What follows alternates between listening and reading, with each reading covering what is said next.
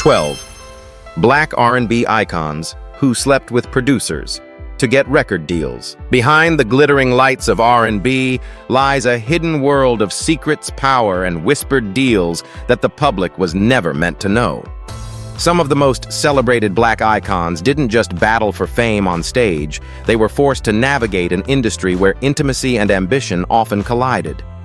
Were these legends lifted by pure genius or by dangerous compromises that came with a heavy price? Stay with us as we uncover the untold stories that shaped music history. Don't forget to like, share, and subscribe to Legends of Black Excellence for more shocking revelations. Whitney Houston. Whitney Houston remains one of the most iconic voices in music history. Born in Newark, New Jersey in 1963, she came from a lineage of powerhouse singers, daughter of gospel star Cissy Houston, cousin of Dionne Warwick, and goddaughter of Aretha Franklin. By the mid-1980s, Whitney had become the first black female artist to enjoy crossover superstardom, selling more than 200 million records worldwide and earning 6 Grammy Awards in her lifetime. Her 1985 debut album, Whitney Houston, became the best-selling debut by a female artist at the time, powered by hits like Saving All My Love for You and Greatest Love of All. Yet behind this golden trajectory lurked an undercurrent of rumor and speculation. Industry insiders whispered about her rapid rise and the unusual speed at which she secured chart-topping hits. One persistent story focused on her relationship with legendary music executive Clive Davis. As the architect of her career at Arista Records, Davis was seen as both mentor and gatekeeper. While no credible evidence has ever emerged that Whitney compromised herself to gain favor, gossip magazines of the 1980s circulated stories of late-night studio sessions where the line between music and power allegedly blurred. These rumors often mentioned producers who supposedly championed her songs after private encounters, particularly in relation to Saving All My Love for You, a track that was not initially selected for her debut album, but was later re-recorded and turned into her first Grammy-winning hit. The tragedy is that Whitney did not need any shortcuts. Her voice was recognized by Rolling Stone as one of the greatest of all time, and she holds the record for the most consecutive #1 singles on the Billboard Hot 100. But in an era when the music industry was dominated by male executives and often hostile to black women's independence, the public seemed unable to accept that her brilliance was enough. Instead of celebrating her artistry, many chose to attach her name to whispers of compromise, portraying her as someone who had to play by the industry's hidden rules to survive. These narratives carried a heavy emotional cost.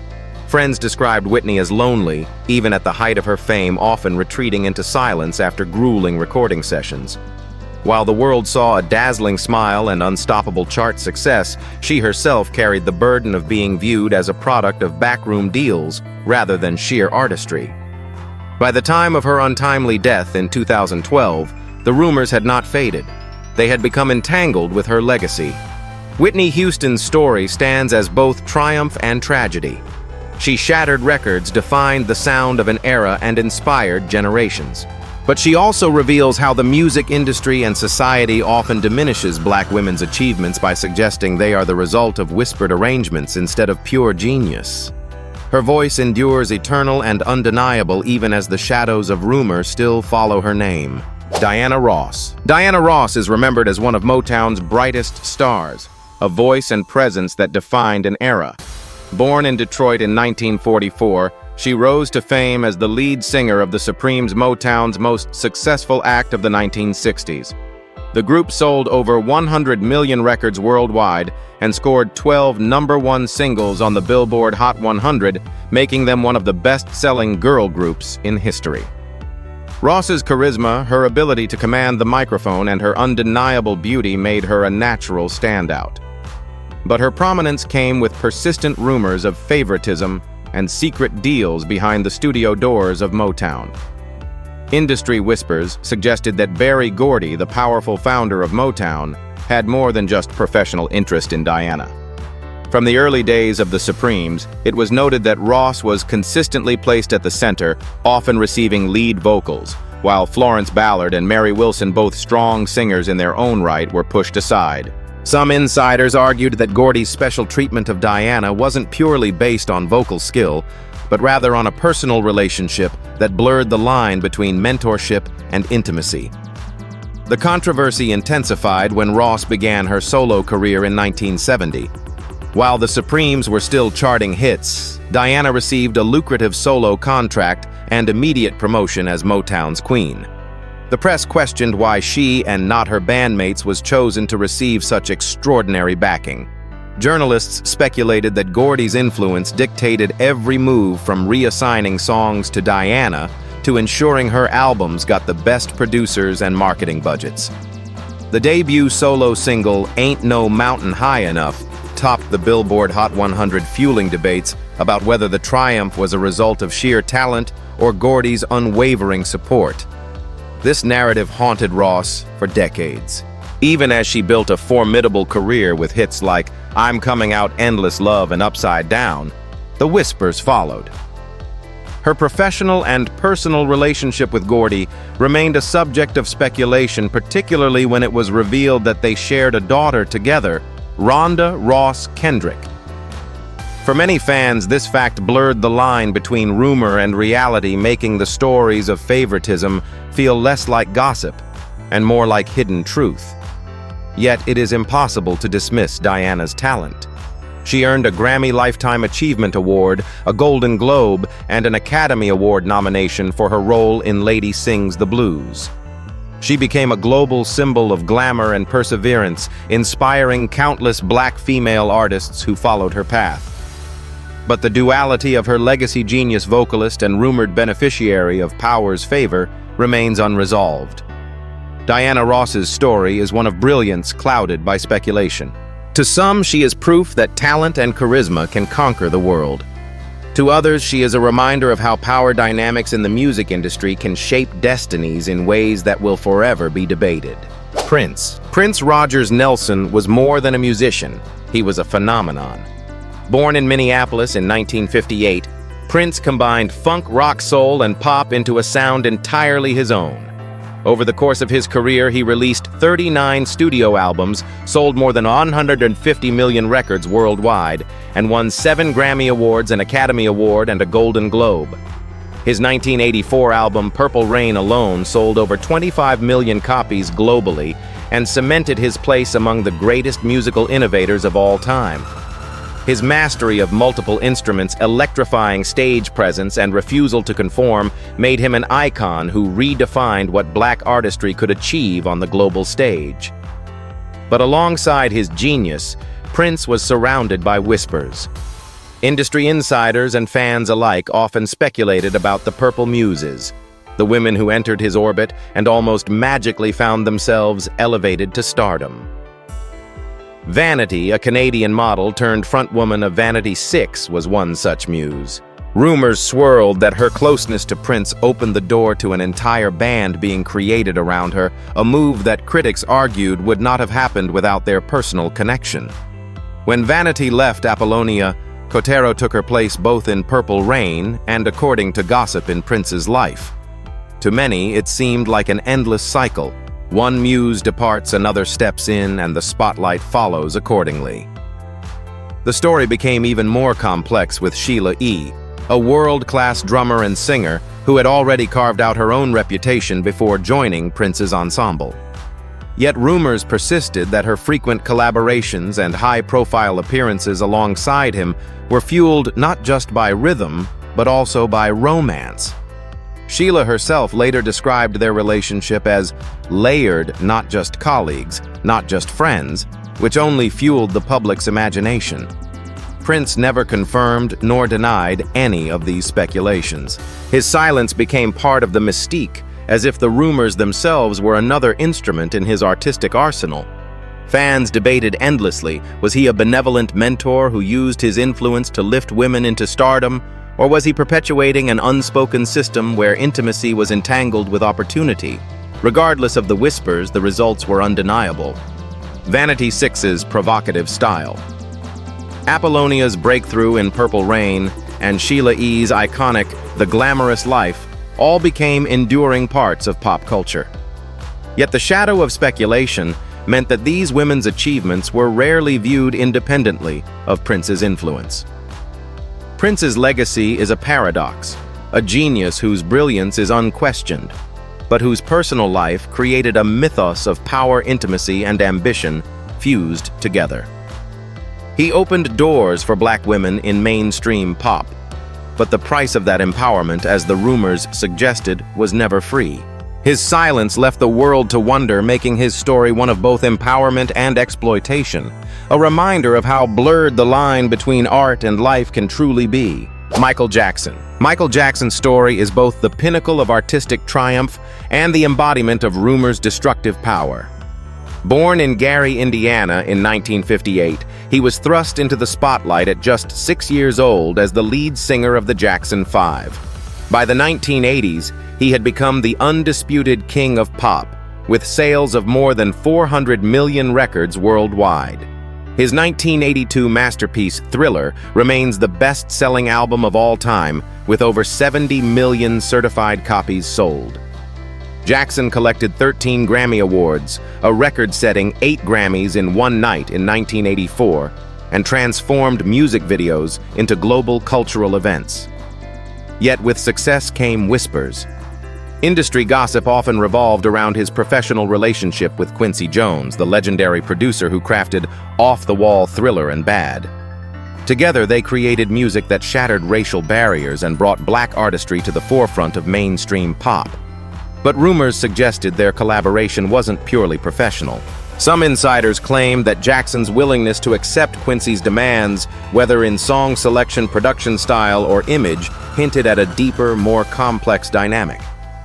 One example often cited by industry observers was the sudden inclusion of Human Nature on Thriller. Originally not on the track list, it replaced a song Michael preferred after what was described as a late private meeting with Quincy. The change fueled speculation. Was this evidence of an unspoken compromise to please the producer in exchange for shaping one of the greatest albums ever released? The tragedy lies in the fact that Michael did not need any shortcuts. His talent was undeniable. He could sing with unmatched range, write melodies that transcended genres, and dance in ways that redefined performance art.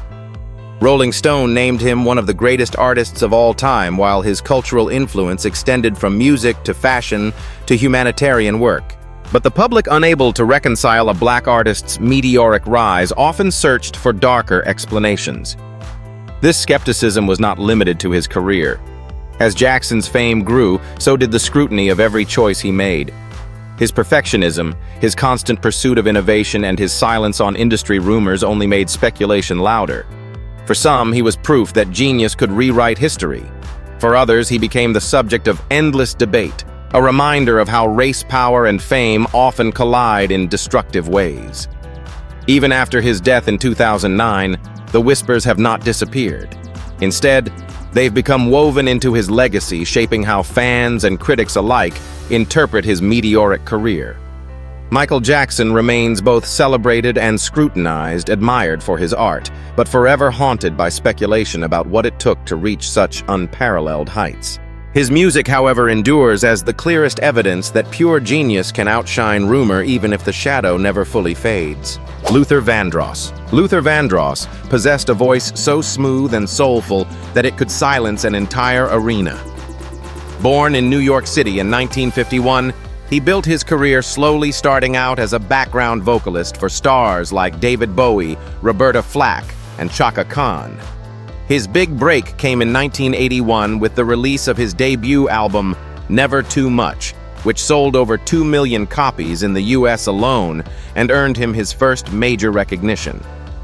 Over the years, Vandross went on to sell more than 40 million records worldwide, win 8 Grammy Awards, including 4 in one night in 2004, and leave behind timeless ballads such as Here and Now, Dance with My Father, and Endless Love. Despite this, unmatched vocal gift, whispers followed him throughout his career. Some in the industry speculated that Vandross's meteoric rise from background singer to solo superstar in just a few short years was not solely due to his voice. Rumors suggested that powerful producers, sometimes referred to as patrons, offered more than just professional support, hinting at unspoken arrangements that opened doors otherwise closed to young black singers. What fueled these rumors even further was Vandross's deeply private lifestyle. Unlike many of his peers, he kept his personal life almost completely hidden. He was rarely photographed with partners, and interviews revealed little beyond his love for music. This silence became fertile ground for speculation. For some, the absence of a visible romantic life seemed to confirm that something was being concealed. For others, it was simply a man protecting his privacy in an unforgiving industry. Stories from the late 1970s only added more intrigue. At the time, Vandross was an unknown name recording background vocals, yet within a few years, he had signed a solo deal and begun headlining tours. Industry insiders whispered that this kind of acceleration rarely happened without connections beyond talent. When Vandross scored his first top 10 hit, Stop to Love, in 1986, skeptics claimed his success had been carefully engineered through backstage favors rather than pure artistry. But the facts tell another story. Vandross's voice was unlike any other, lush, emotional, and technically flawless. He earned the nickname the Velvet Voice, and his concerts routinely sold out arenas around the world. His 2003 single Dance with My Father became one of his most beloved songs, winning the Grammy for Song of the Year. Sadly, Vandross suffered a debilitating stroke in 2003 and passed away in 2005, leaving millions of fans grieving. The tragedy of Luther Vandross lies in the duality of his legacy. On one side, he was a genius vocalist whose songs defined love and heartbreak for an entire generation. On the other, he was a man forever shadowed by rumors of secret deals and unspoken compromises. Whether those whispers were fueled by envy, prejudice, or fragments of truth, they remain part of his story.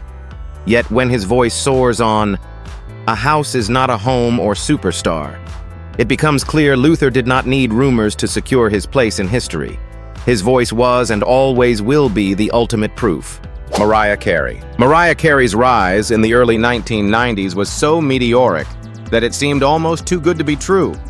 Born in 1969 in Huntington, New York, she began her career as a struggling demo singer before being discovered by Sony Music executive Tommy Mottola at just 18 years old. Within 2 years, Mariah's self-titled debut album, 1990, topped the Billboard 200 and produced 4 consecutive #1 singles, a feat previously matched only by Whitney Houston.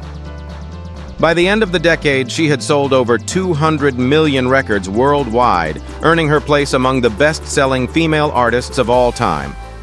She would go on to collect 5 Grammy Awards, 19 Billboard Hot, 100 #1 singles, more than any other solo artist, and a 5-octave vocal range that critics and fans alike described as unmatched. But as dazzling as her career was, rumors always shadowed her early success. At the center of these whispers was her relationship with Tommy Mottola, nearly 2 decades her senior, who signed her to Sony and later became her husband in 1993.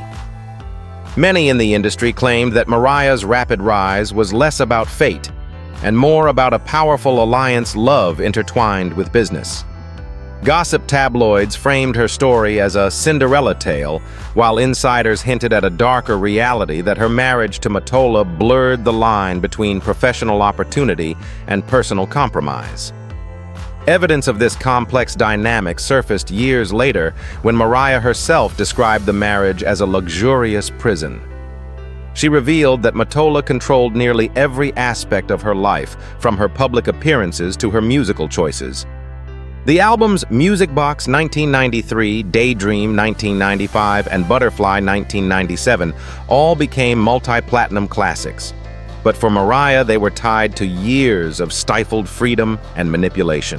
Butterfly, in particular, was seen as her declaration of independence, both musically and personally, marking the beginning of her escape from Mottola's control.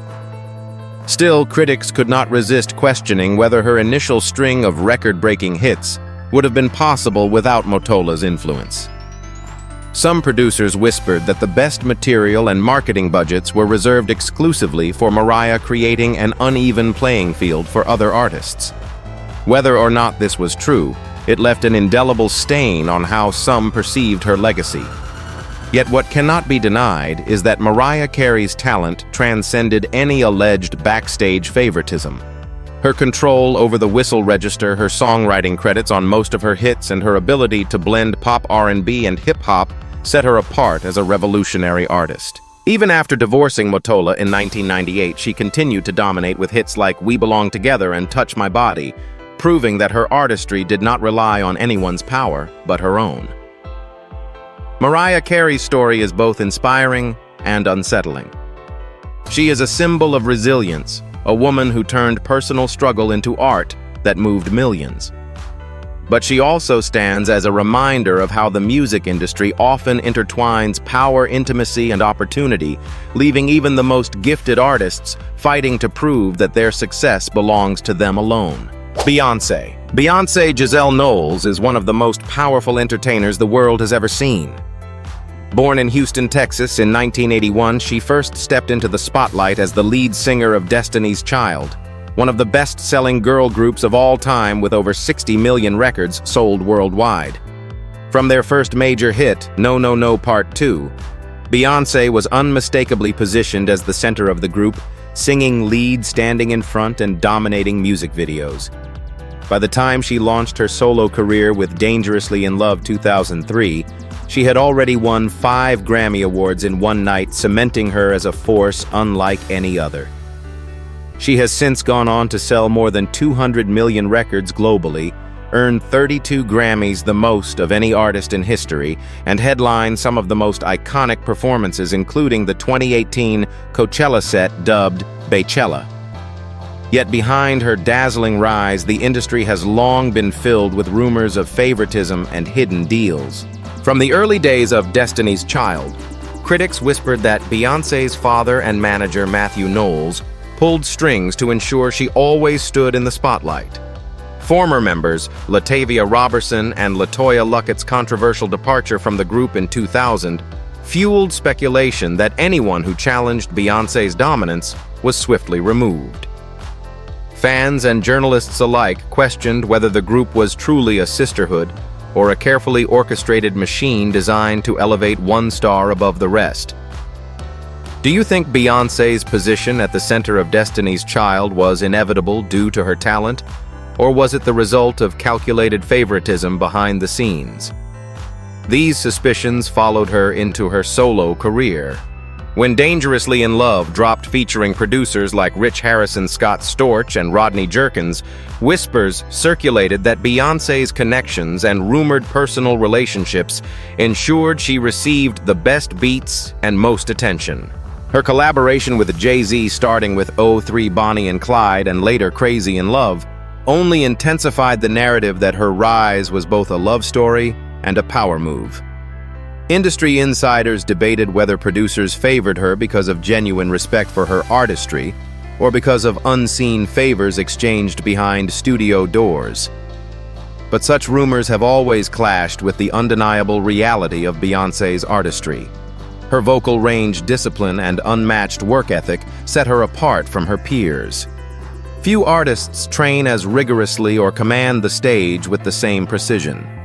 Beyond music, her visual albums Lemonade, Black is King, and Renaissance have elevated her into cultural icon status, blending history, Black pride, and feminism into global art.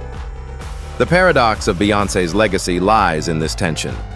On one hand, she is arguably the most talented and hard-working star of her generation.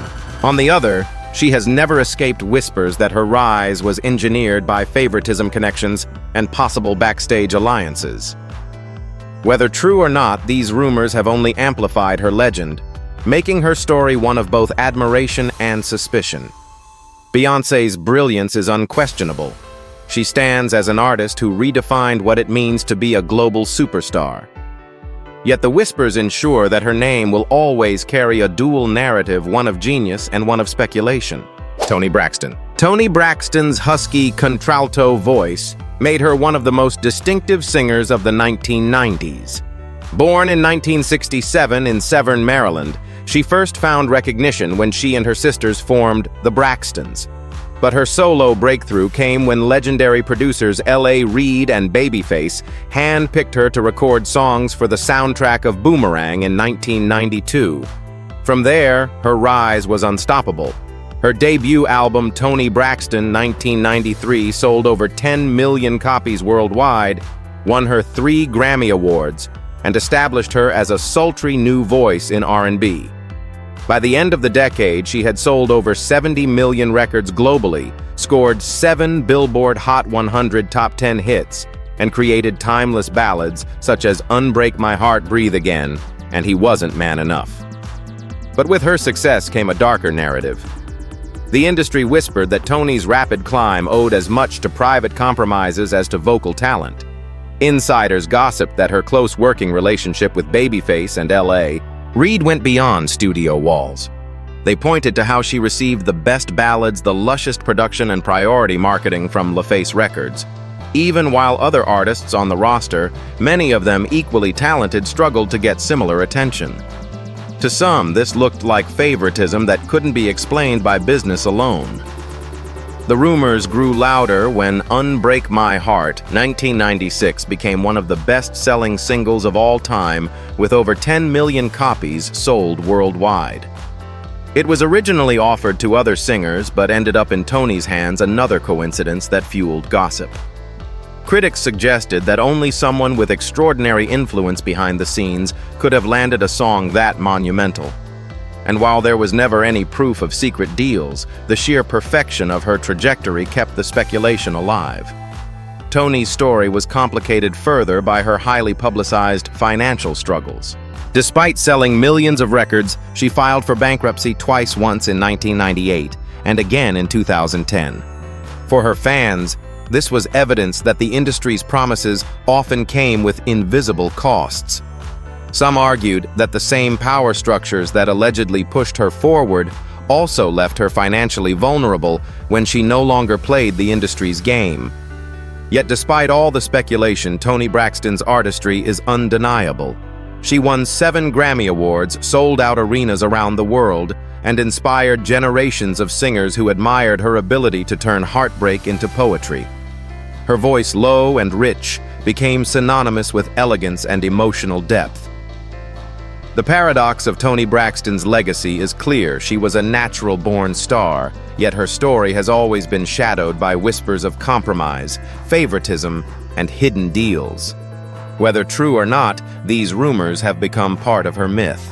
And perhaps that is what makes her story so compelling. An artist whose brilliance is unquestionable, yet whose path to the top will always be debated. Aaliyah Dana Houghton was called the Princess of R&B, a star who seemed destined to change the sound of a generation. Born in Brooklyn in 1979 and raised in Detroit, she was performing on national television by age 10 and signed her first record deal at just 12 years old. By 15, her debut album, Age Ain't Nothing But a Number 1994, had gone double platinum, selling over 3 million copies in the US and introducing her breathy, futuristic style that would become her signature. She went on to sell over 30 million records worldwide, shaping the course of R&B with hits like One in a Million, Are You That Somebody, and Try Again. Yet her story has never been told without shadows. At the center of her debut was R. Kelly, who produced and wrote much of her first album. Industry rumors, later reinforced by legal documents, suggested a controversial and inappropriate relationship between the teenage Aaliyah and the much older Kelly. Their secret marriage in 1994, she was 15 and he was 27, was quickly annulled, but the scandal became inseparable from her early career.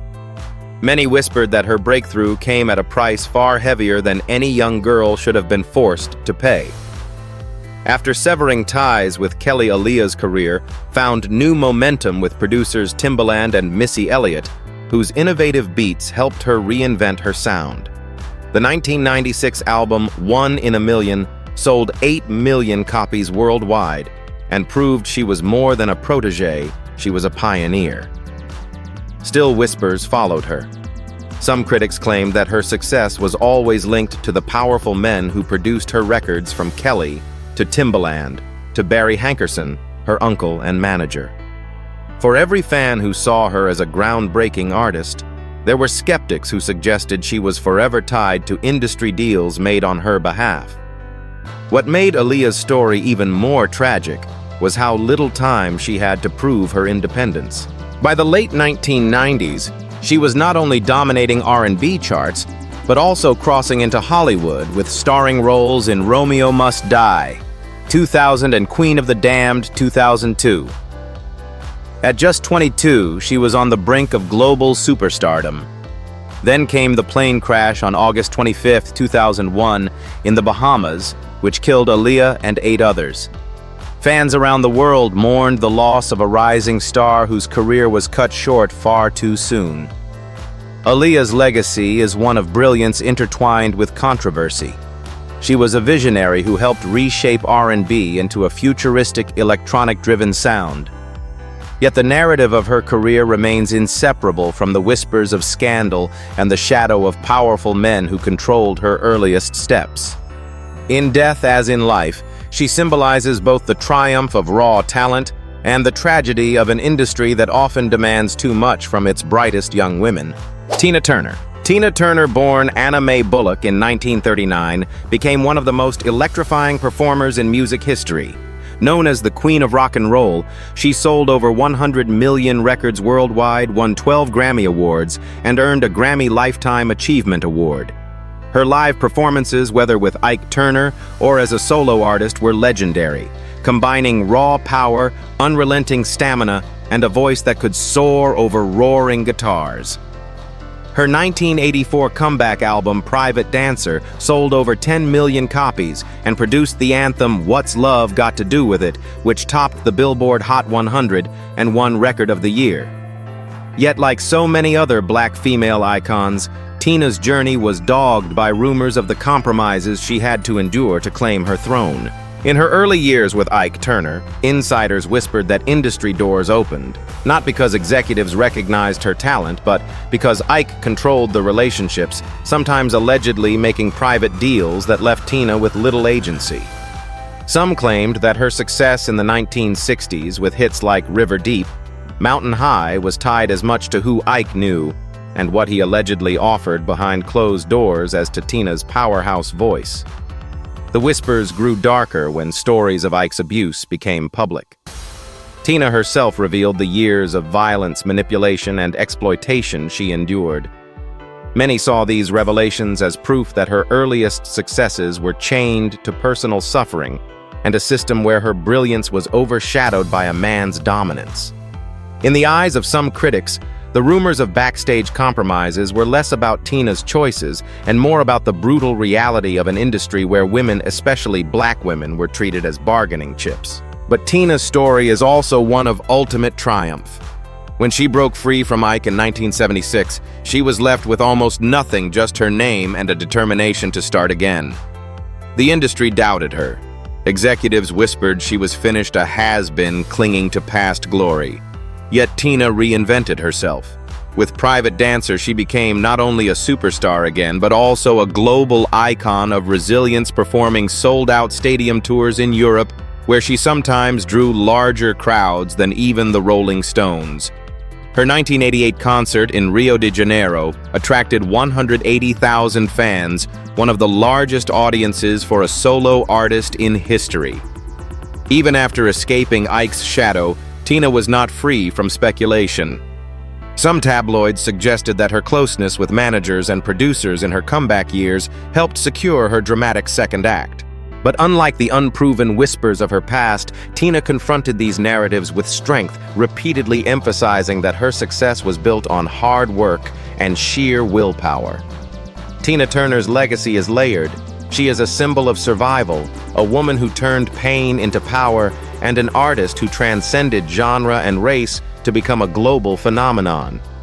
But her story also exposes the darker realities of the music world, where talent was often entangled with power, and where even a voice as mighty as Tina's had to fight to be heard above the whispers. Janet Jackson. Janet Demita Jo Jackson carved her own lane in music, even as she grew up in the shadow of her brother Michael. Born in 1966, she transformed from a child actress into one of the best-selling artists of all time. By the 1990s, Janet had sold over 100 million records worldwide, making her one of the most successful black female entertainers in history. Her landmark album, Control 1986, sold over 10 million copies globally, while Rhythm Nation 1814 became the only album in history to produce 7 top 5 singles on the Billboard Hot 100. Over her career, she earned 5 Grammy Awards, an Academy Award nomination, and recognition as a cultural icon who pushed boundaries in music, dance, and performance. But behind her powerful image and commanding presence, the industry carried whispers about how much of Janet's rise was engineered by those around her. The producers Jimmy Jam and Terry Lewis were instrumental in crafting her sound, helping her reinvent herself from a teen star into a groundbreaking pop and R&B powerhouse. Rumors circulated that Janet's closeness with them went beyond professional collaboration, suggesting that intimacy may have played a role in why she received their best material and tireless dedication. While there was never any proof of these claims, the gossip persisted, fueled by the sheer perfection of their creative chemistry. The whispers grew louder as Janet's career soared.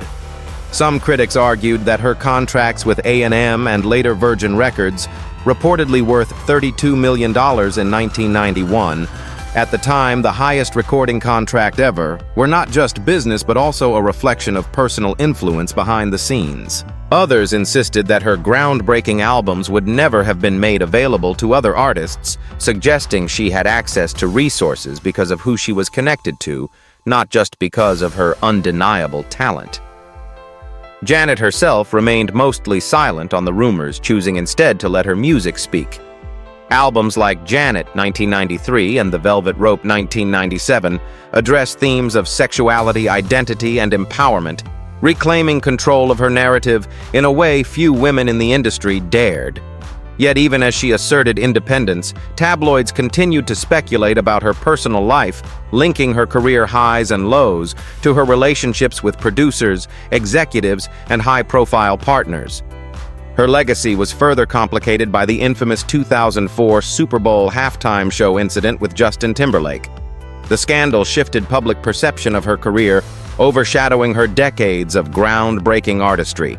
Some argued this too was proof of how the industry treated black women, more harshly punishing her while allowing her male counterpart to thrive. Janet Jackson's story is layered with brilliance and suspicion. She broke barriers, inspired generations of performers, and expanded the language of pop music. Yet the rumors of behind-the-scenes compromises, whether fueled by envy, sexism, or fragments of truth, became part of her mythology. Her legacy stands as both a triumph of artistry and a reminder of how power dynamics in the industry often shape not just careers, but the stories told about them. Mary J. Blige. Mary J. Blige, often called the Queen of Hip-Hop Soul, changed the sound of R&B forever by fusing raw emotion with gritty beats. Born in the Bronx in 1971 and raised in Yonkers, she grew up surrounded by poverty and struggle, finding escape through singing. At just 18 years old, she was discovered after a demo tape of her singing Anita Baker's Caught Up in the Rapture reached Uptown Records. With the guidance of Sean Puffy Combs, she released her debut album What's the 411 in 1992, which sold over 3 million copies in the US and became a blueprint for blending hip-hop and R&B. Over her career, Blige has sold more than 100 million records worldwide, won 9 Grammy Awards, and received an Academy Award nomination for her acting in Mudbound. But behind the triumphs, the industry has long whispered about what it took for her to rise so quickly. Mary's close partnership with Sean Diddy Combs was groundbreaking. Musically, he shaped her early sound-producing hits like Real Love and Reminisce. Yet rumors suggested that her career-defining opportunities came with hidden compromises, that intimacy and loyalty played as much of a role as talent. Insiders claimed that Puffy gave her priority treatment at Uptown and later Bad Boy, while other artists were sidelined. As her career grew, Blige's personal struggles became public.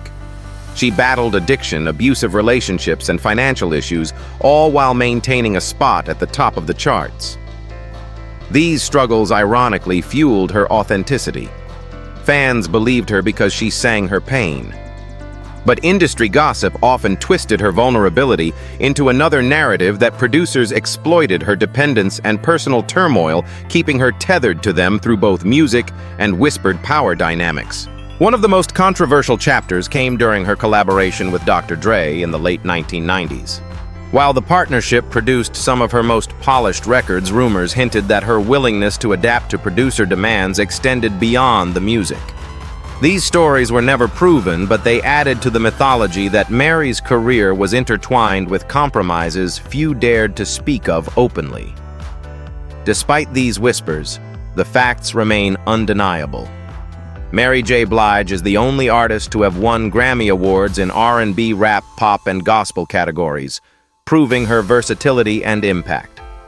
Her 2005 album, The Breakthrough, sold over 7 million copies worldwide and earned her 3 Grammys, solidifying her comeback as both an artist and a survivor. Mary's legacy is complex. She is a symbol of resilience, a woman who turned her pain into empowerment, and a trailblazer who opened doors for countless artists. Yet, like many Black women in the music industry, her brilliance has often been reframed by rumors of power, intimacy, and compromise.